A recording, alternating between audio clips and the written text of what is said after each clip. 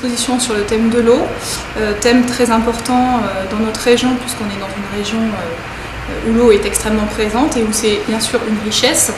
Donc le principe de l'exposition, c'est expliquer cette eau, quel impact elle a d'abord dans notre paysage et puis aussi quel impact elle a eu sur l'organisation de la vie dans notre région et notamment sur le développement de l'industrie et puis dans notre quotidien, depuis l'eau qu'on allait chercher à la fontaine à l'eau courante dans nos maisons.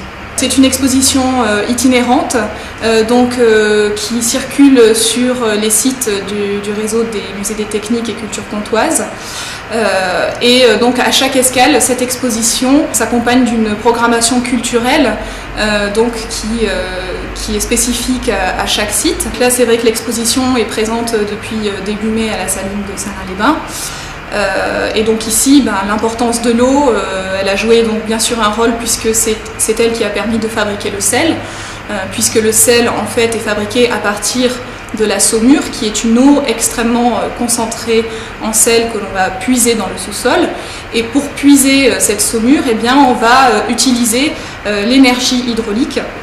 On utilise l'eau de la Furieuse, qui est la rivière qui passe à Salins, pour faire tourner une roue qui elle-même va faire fonctionner une pompe pour aller chercher la saumure en profondeur.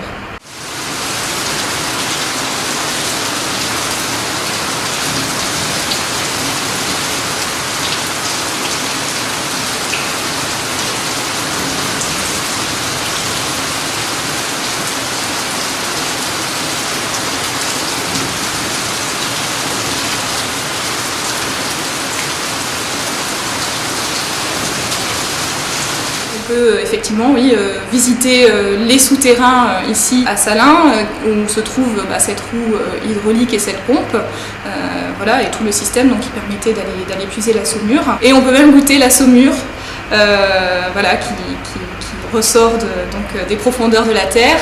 Un sel qui a quand même quelques millions d'années, 215 millions d'années.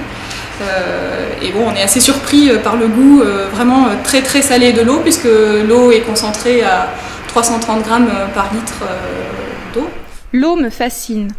Plus l'obscurité avance, plus elle ressemble à un énorme reptile dont les écailles de feu miroitent encore entre les branches. 2 ruisseaux tracés entre les maisons, 2 sillons de ciel. Les villes sont comme les femmes, elles ont besoin de miroirs. Cette exposition, elle se compose de différents éléments. On a bien sûr des panneaux textes qui nous expliquent toute l'importance de l'eau dans la région notamment. Et puis en complément de ces panneaux textes, on a tout un ensemble d'éléments qui permettent de donner un peu d'interactivité. Donc on a des maquettes à manipuler, on a également un système de jeu avec des cubes en mousse où les enfants peuvent s'amuser à reconstituer notamment un tableau de Courbet, le gourde-conche bien sûr sur le thème de l'eau. On a aussi pas mal de jeux qui sont prévus aussi pour les plus jeunes pour leur permettre d'avoir un niveau de lecture de l'exposition adapté à leur âge, ainsi qu'un petit dépliant pour les plus jeunes aussi. L'exposition sera prochainement présentée à la verrerie de Passavant-la Rochère en Haute-Saône. Donc ça, ce sera dans le courant de l'été, juillet-août. Et ensuite, elle passera la frontière puisque à partir de septembre à novembre, elle sera au musée du fer et du chemin de fer de Valorbe en Suisse.